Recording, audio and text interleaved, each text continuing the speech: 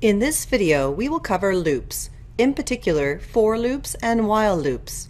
We will use many visual examples in this video. See the labs for examples with data. Before we talk about loops, let's go over the range function. The range function outputs an ordered sequence as a list I. If the input is a positive integer, the output is a sequence. The sequence contains the same number of elements as the input, but starts at 0. For example, if the input is 3, the output is the sequence 0, 1, 2. If the range function has two inputs, where the first input is smaller than the second input, the output is a sequence that starts at the first input. Then the sequence iterates up to, but not including the second number. For the input 10 and 15, we get the following sequence. See the labs for more capabilities of the range function. Please note, if you use Python 3, the range function will not generate a list explicitly like in Python 2. In this section, we will cover for loops. We will focus on lists, but many of the procedures can be used on tuples. Loops perform a task over and over. Consider the group of colored squares. Let's say we would like to replace each colored square with a white square. Let's give each square a number to make things a little easier, and refer to all the group of squares as squares. If we wanted to tell someone to replace square 0 with a white square, we would say equals replace square 0 with a white square. Or we can say for square 0 in squares, square 0 equals white square. Similarly, for the next square, we can say for square 1 in squares, square 1 equals white square.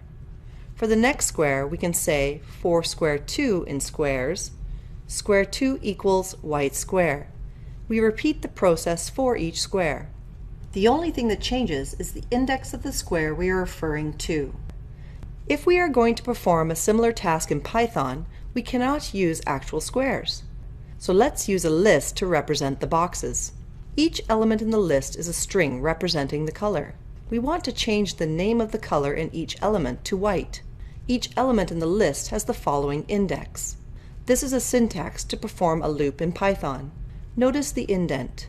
The range function generates a list. The code will simply repeat everything in the indent 5 times. If you were to change the value to 6, it would do it 6 times. However, the value of I is incremented by 1 each time. In this segment, we change the ith element of the list to the string white. The value of I is set to 0. Each iteration of the loop starts at the beginning of the indent. We then run everything in the indent.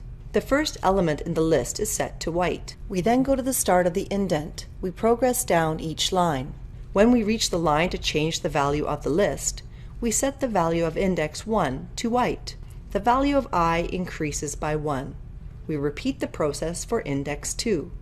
The process continues for the next index until we have reached the final element. We can also iterate through a list or tuple directly in Python. We do not even need to use indices. Here is the list squares. Each iteration of the list we pass one element of the list squares to the variable square. Let's display the value of the variable square on this section.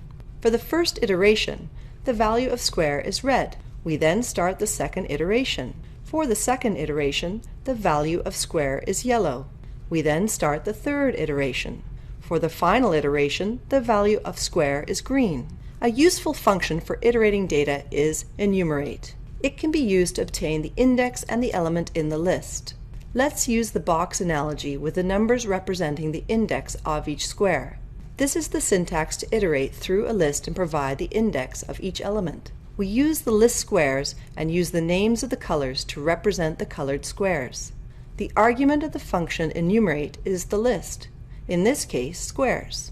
The variable I is the index, and the variable square is the corresponding element in the list. Let's use the left part of the screen to display the different values of the variable square, and I for the various iterations of the loop. For the first iteration, the value of the variable is red, corresponding to the 0th index, and the value for I is 0. For the second iteration, the value of the variable square is yellow, and the value of I corresponds to its index, i.e. 1.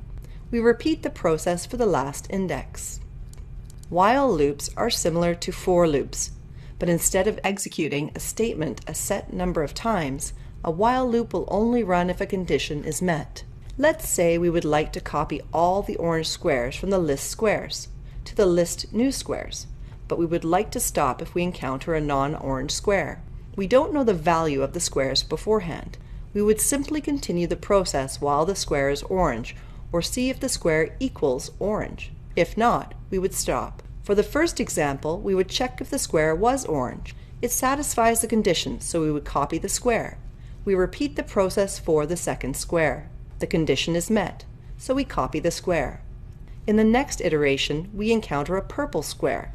The condition is not met, so we stop the process. This is essentially what a while loop does.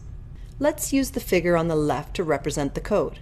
We will use a list with the names of the color to represent the different squares. We create an empty list of new squares. In reality, the list is of indeterminate size. We start the index at 0. The while statement will repeatedly execute the statements within the indent until the condition inside the bracket is false. We append the value of the first element of the list squares to the list new squares. We increase the value of I by 1. We append the value of the second element of the list squares to the list new squares. We increment the value of I. Now the value in the array squares is purple. Therefore, the condition for the while statement is false, and we exit the loop. Check out the labs for more examples of loop, many with real data.